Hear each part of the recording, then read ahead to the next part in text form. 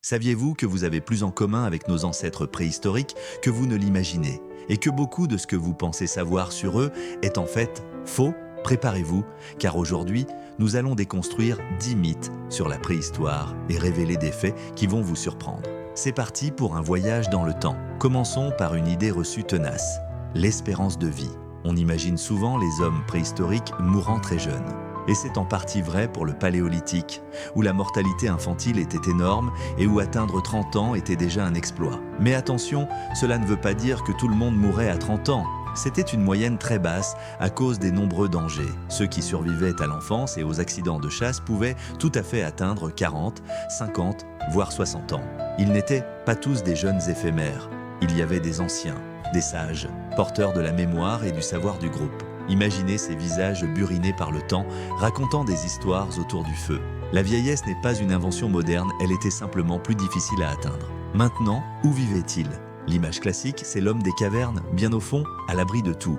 Eh bien, détrompez-vous, le fond des grottes était sombre, humide et souvent peu pratique. Nos ancêtres n'étaient pas stupides, ils préféraient la lumière et l'air frais. Ils s'installaient le plus souvent à l'entrée des grottes, sous des abris rocheux ou construisirent des campements en plein air. Ces habitats étaient ingénieux, faits de branchages, de bois et recouverts de peaux d'animaux tendus sur des structures en os de mammouth par exemple. C'étaient de véritables architectes de la survie, adaptant leur construction au climat et aux ressources disponibles. La grotte servait plus de points de repère, de lieux de rassemblement ou même de sanctuaires comme à Lascaux. Mais pour la vie de tous les jours, c'était la vie au grand air qui primait. La vie quotidienne, parlons-en. Comment s'habillait-il? Avec de simples peaux de bêtes jetées sur les épaules? Pas tout à fait, il y a environ 20 000 ans, une invention a tout changé. L'aiguille à chat. Ce petit outil, souvent fabriqué en os ou en ivoire, a été une véritable révolution technologique. Grâce à lui, il est devenu possible de coudre des vêtements ajustés, bien plus efficaces pour se protéger du froid glacial de l'époque. On pouvait assembler différentes pièces de cuir ou de fourrure, créer des pantalons, des tuniques, des capuches et même des chaussures. Cela a considérablement amélioré leurs chances de survie, leur permettant de s'aventurer dans des climats plus rudes et de mieux supporter les hivers. C'est la naissance de la couture, un savoir-faire essentiel qui a permis à l'humanité de prospérer. Mais qui étaient ces humains exactement? L'histoire de notre espèce, Homo sapiens, est une épopée incroyable. Nous sommes apparus en Afrique il y a environ 300 000 ans. Mais nous ne sommes pas restés sur notre continent d'origine. Poussés par la curiosité, les changements climatiques ou la recherche de nouvelles ressources, nos ancêtres ont entamé la plus grande aventure de tous les temps.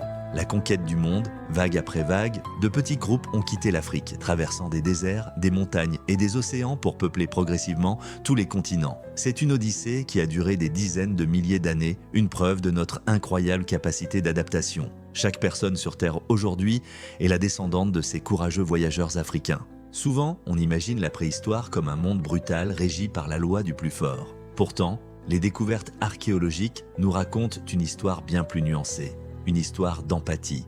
On a retrouvé des sépultures, parfois très anciennes, qui montrent que les premiers humains prenaient soin de leurs morts. Ils les enterraient avec des objets, des fleurs, signes d'un rituel et d'un attachement.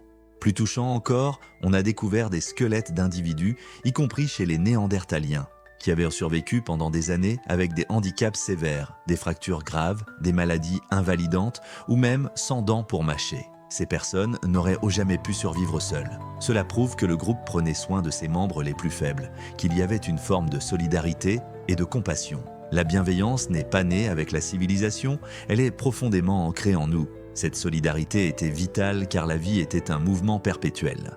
Contrairement à nous, sédentaires dans nos villes, les hommes préhistoriques étaient pour la plupart des nomades. Leur survie dépendait d'une connaissance intime de leur environnement. Ils suivaient les saisons et les migrations des grands troupeaux d'animaux qu'ils chassaient, comme les rennes, les bisons ou les chevaux. Leur campement n'était que des étapes temporaires dans un cycle annuel. Ils se déplaçaient en petits groupes, transportant leurs quelques biens avec eux, parcourant de vastes territoires. Ce mode de vie exigeait une flexibilité et une lecture constante de la nature. Ils n'étaient pas errants, ils suivaient un chemin dicté par la nature, un rythme qui a façonné l'humanité pendant des centaines de milliers d'années. Pour survivre dans ce monde en mouvement, il fallait des outils, et l'homme préhistorique était un maître artisan.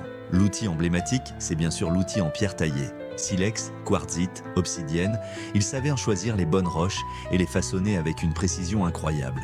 Le biface, Ce couteau suisse de la préhistoire servait à tout, dépecer un animal, couper du bois, creuser, mais la technologie ne s'est pas arrêtée là.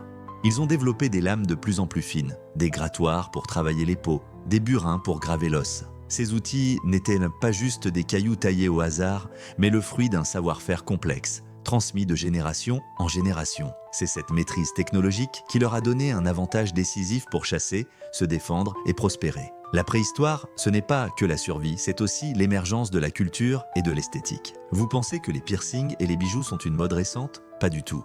Depuis des dizaines de milliers d'années, les humains aiment se parer. Les archéologues ont retrouvé une multitude d'ornements, des colliers de coquillages, des pendentifs en dents d'animaux percés, des parures en ivoire sculptées. On a même des preuves de piercing, notamment avec des objets en os ou en pierre. Ces parures n'étaient pas seulement décoratives. Elles pouvaient indiquer un statut social, une appartenance à un clan ou avoir une signification spirituelle. C'est la preuve que, très tôt, l'être humain a eu besoin d'exprimer son identité, sa créativité et sa place dans le monde à travers son apparence.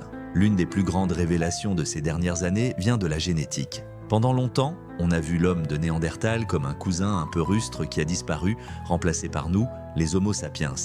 La réalité était bien plus intime. Lorsque nos ancêtres sapiens sont arrivés en Europe et en Asie, ils ont rencontré les populations néandertaliennes qui y vivaient depuis des millénaires. Et que s'est-il passé? Ils se sont rencontrés et parfois ils ont eu des enfants ensemble. La preuve est dans notre ADN. Aujourd'hui, la plupart des populations non africaines possèdent entre 1 et 2% d'ADN néandertalien. Ce petit héritage aurait même pu nous aider à nous adapter à de nouveaux environnements. Nous ne les avons pas seulement remplacés, nous nous sommes hybridés. Une partie de Néandertal vit encore en nous. Enfin, terminons par ce qui nous définit en tant qu'homininés, la bipédie. Pourquoi nos lointains ancêtres se sont-ils redressés sur leurs deux jambes? L'une des hypothèses les plus solides est liée à un changement d'environnement en Afrique. La forêt a laissé place à la savane avec ses hautes herbes. Se tenir debout offrait un avantage crucial, voir plus loin par-dessus la végétation. Cela permettait de repérer plus facilement les prédateurs qui rôdaient, comme les grands félins, mais aussi de localiser les carcasses d'animaux ou les ressources. La bipédie a aussi libéré nos mains, nous permettant de transporter des outils, de la nourriture ou de porter nos enfants. Ce simple changement de posture a été le premier pas fondamental sur le long chemin de l'évolution humaine, une adaptation qui a ouvert la voie à tout le reste. Voilà, j'espère que ce voyage dans le temps vous a plu et a bousculé quelques-unes de vos certitudes sur la préhistoire. Nos ancêtres étaient bien plus complexes, ingénieux et sensibles qu'on ne le pense souvent. Si vous avez appris quelque chose de nouveau aujourd'hui, n'hésitez pas à laisser un pouce bleu, ça aide énormément la chaîne. Dites-moi en commentaire le fait qui vous a le plus surpris et surtout, pour ne pas manquer nos prochaines explorations dans le passé, abonnez-vous et activez la cloche. Merci d'avoir regardé et à très bientôt pour une nouvelle aventure